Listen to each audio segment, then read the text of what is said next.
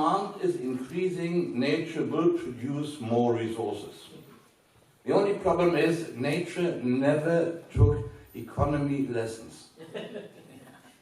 So that is implied by this kind of a thinking, and the difference, just the opposite way of thinking, and the different opposite logic is in ecological economics. If then the society is embedded in the economy, and the economy is and society are embedded into nature, then of course laws of nature apply throughout, whereas the laws or rules of the economy do not necessarily apply anywhere else outside the economy.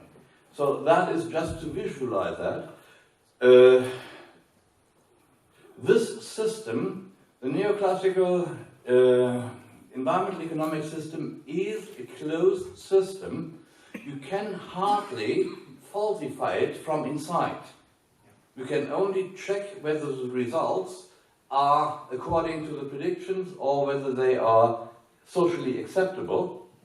This is a system which is designed to be more open and include more fresh thinking, and also be open to be amended by different disciplines to bring in their knowledge. So I think as long as we are stuck in this first worldview, all theories we develop will not really lead us out of the trap.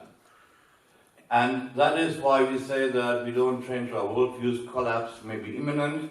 Collapse we also heard today. And you see it's about the Easter Island and more.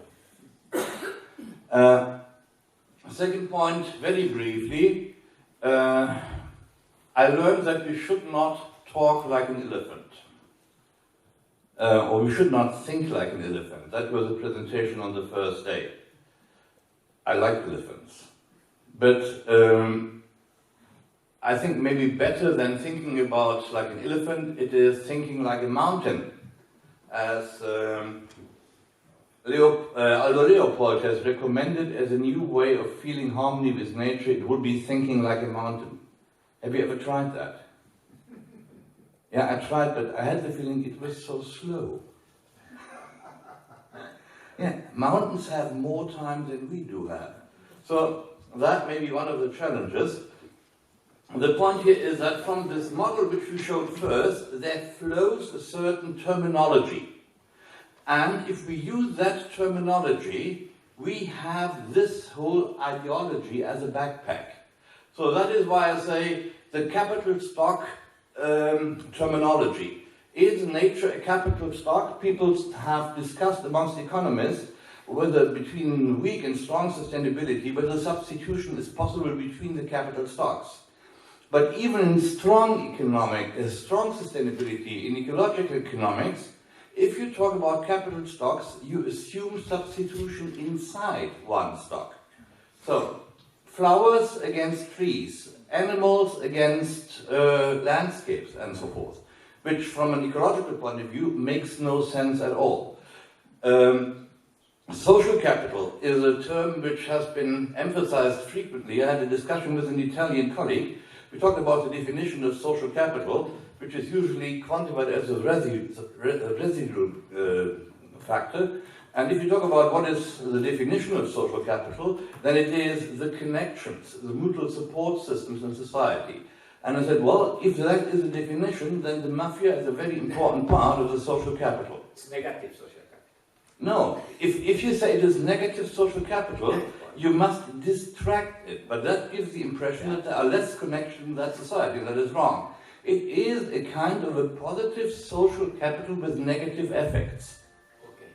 Yeah, and then we come to the point which economists always suffer from.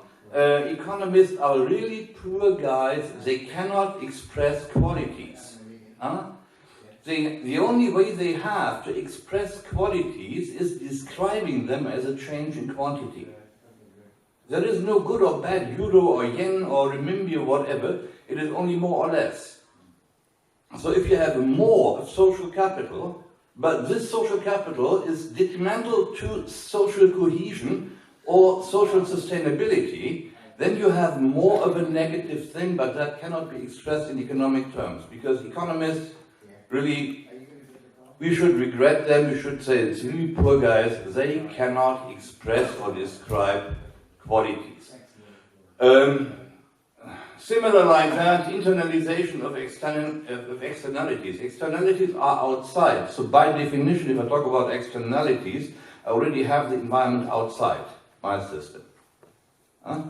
So which kind of terminology do we use? Internalization, it also implies that the market will rule okay once internalization has happened.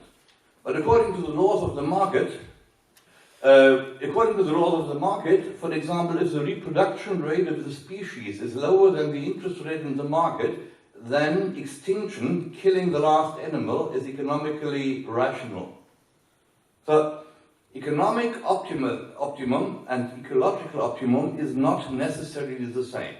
And there is more and more examples like that. Quantification is an obsession. This is a wonderful example of the misplaced precision. Do you know Yokoyama? Population 562, feet above sea level 2,150, established 1951, in total 4,660 feet.